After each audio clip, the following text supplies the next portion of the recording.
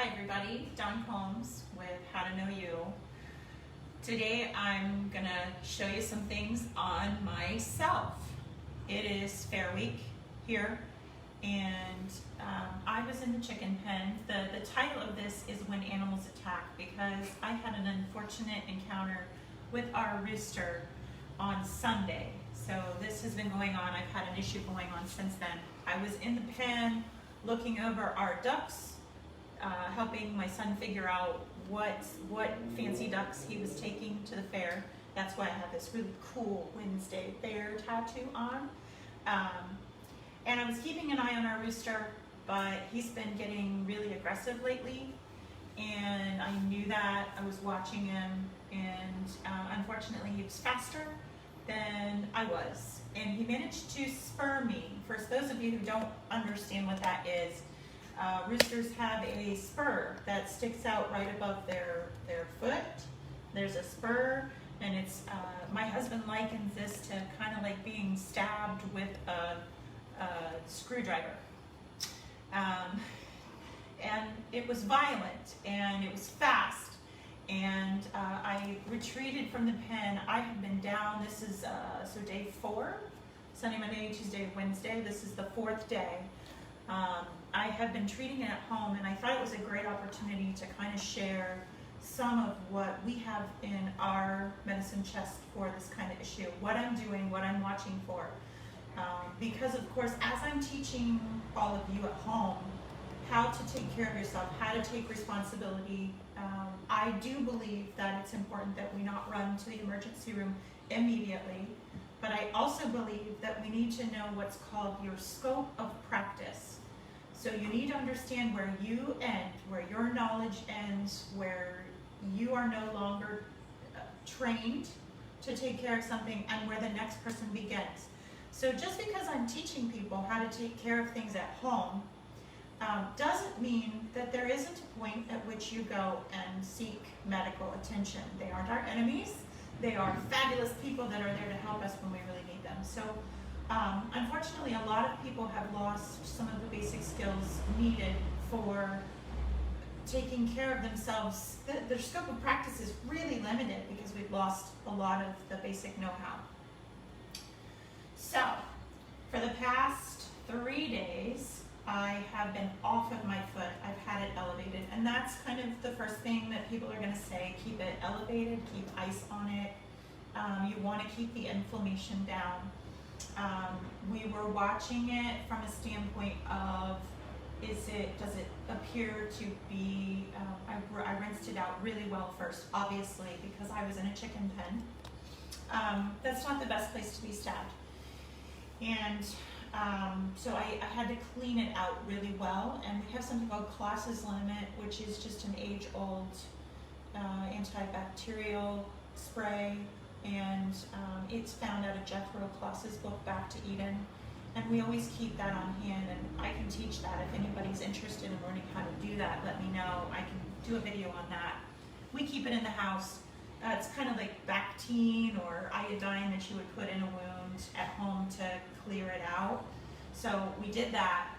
I've had my foot up, and 2 plants that are really, actually 3. We used 3 plants. First, we did a tea of comfrey and yarrow.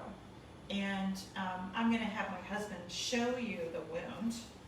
Warning for those of you who don't love scary looking wounds. It's important that you see this if you're going to take care of things at home and you'll be able to handle this, but just a warning, it isn't pretty.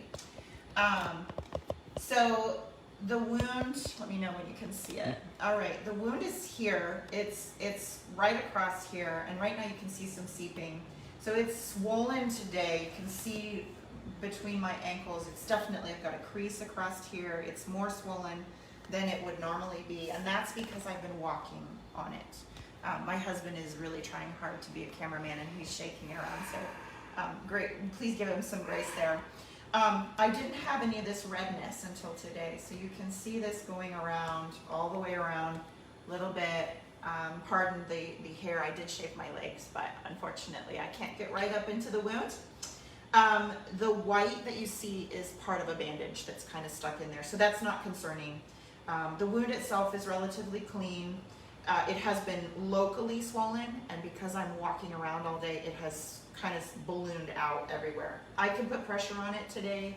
It is better than it has been. When I did the comfrey and the yarrow, it was for bruising and for swelling. The yarrow pushes the swelling out and keeps it from breaking as many blood vessels as possible through here. And the comfrey is keeping those blood vessels safe. But I put it all the way around, not directly on the wound. So comfrey will knit the skin together really fast. And because this is like it's a stab, I didn't want this to knit together really quickly. So I kept the comfrey in a poultice. Actually, we did a compress, which is where you soak cloth in a tea. We kept it all the way around, but not on.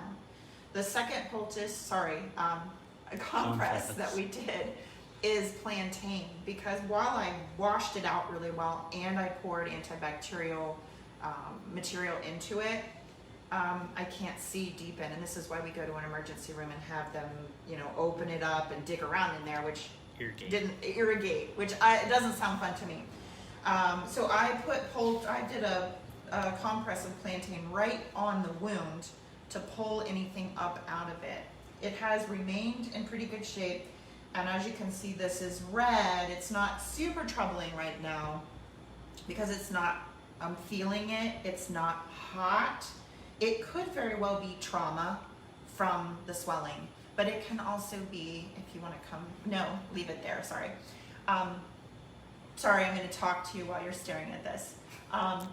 It could be trauma. We could be seeing the start of bruising, but it could also be a bit of, we turn this red when inflammation happens because our body's defenses are rushing to the area to protect us against infection. So we could be seeing my body fighting infection right here.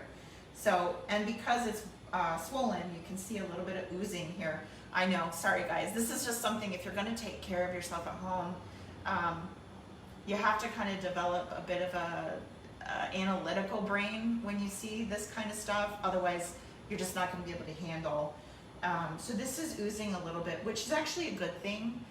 Anything that oozes out of here means it's relieving the pressure, it's moving out any kind of dead matter or any kind of infection that might be there, and it's coming out.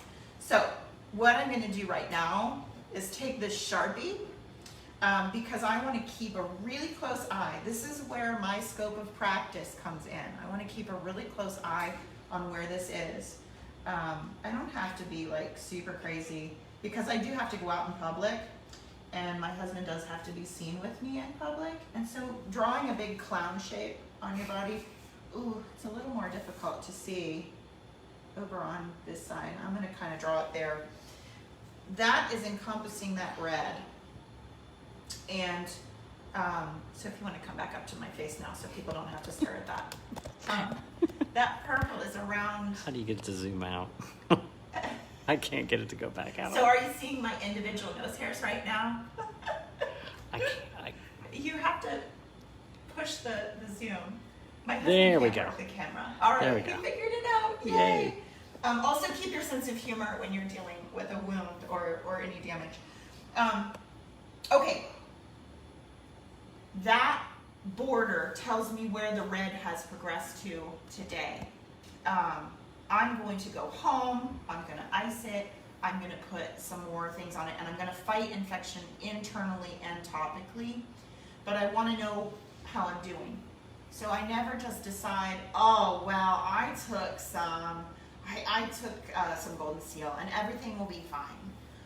I take the Golden Seal and I monitor this, because if what I'm doing from a plant standpoint isn't doing the trick, and my redness expands beyond that circle that I just drew, or it starts to get really hot and it's expanding, or the worst thing would be any kind of straight line streaks off of there. That means we have progressed to a point that it's time to go and get some real some antibiotics that are much stronger. Antibiotics are obviously good. There are wonderful things to say about antibiotics, but there are downsides. We have overused them. They do kind of go in and like blow up everything. They blow up all your good bacteria as well as the bad. And so if you can avoid it intelligently, if you can avoid it, that's a good thing. If I can deal with this problem, I can keep it calm, I can keep it under control, and then my body deals with it, that's a safe situation.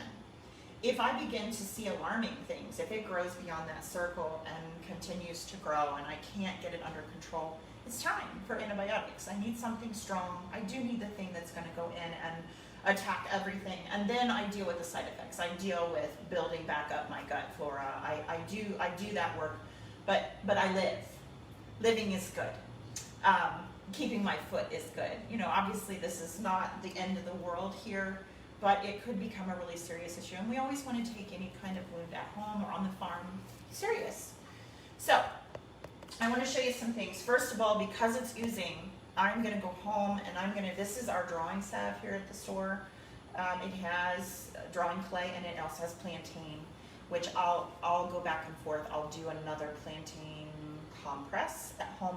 I'm not doing a poultice. I'm not putting plant material right on here because it's a little sensitive and I don't want to put rough, jagged edges of plants on here. But this drawing salve is really soft, and so this is going to pull. I want that added pull because the scab is open and there's pressure pushing out.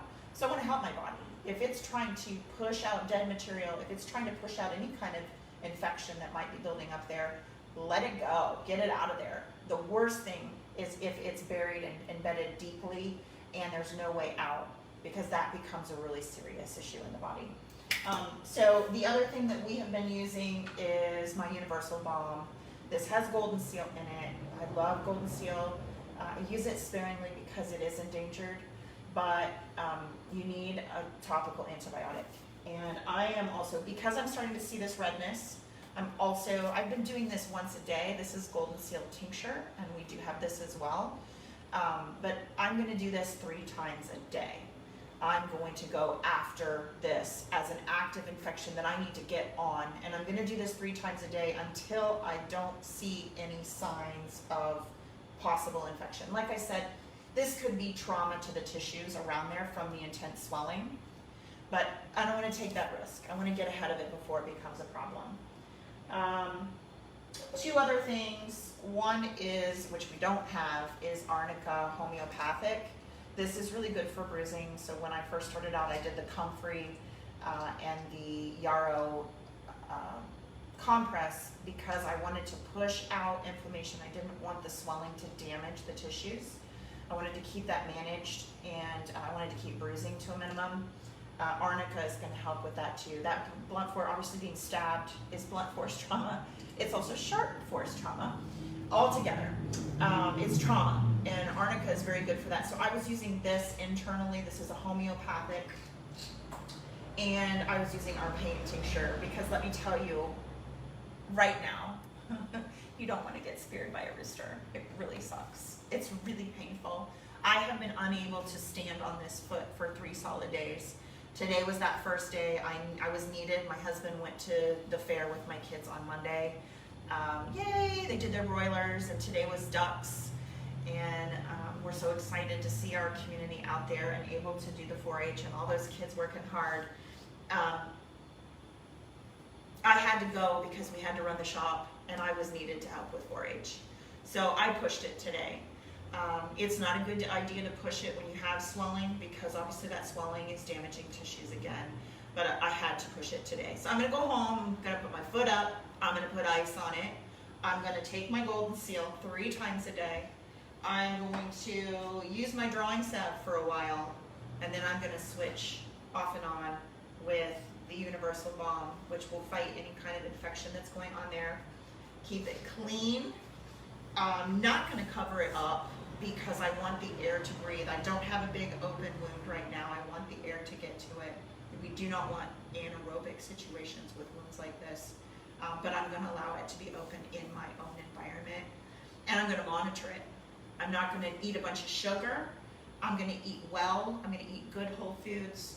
I'm going to drink a lot of water. I'm going to keep the anti-inflammatory teas and foods going, and I'm going to rest.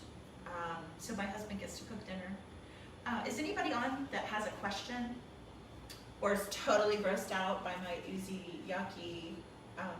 And before anybody asks, yes, the rooster is still alive. He's still happily in the coop. I have considered his chicken soup possibility. Any questions? No? All right. Well, if you have any questions about this, I'll keep an update. I'll let you guys know. I'll do some pictures and I'll do an update as this progresses. And I will report in if I do decide to go to the doctor as well. I mean, that is obviously a valid situation when you have something like this. There are metrics that you need to set with yourself, with your family, when you're treating something at home. If it gets to this point, we're gonna go see a doctor.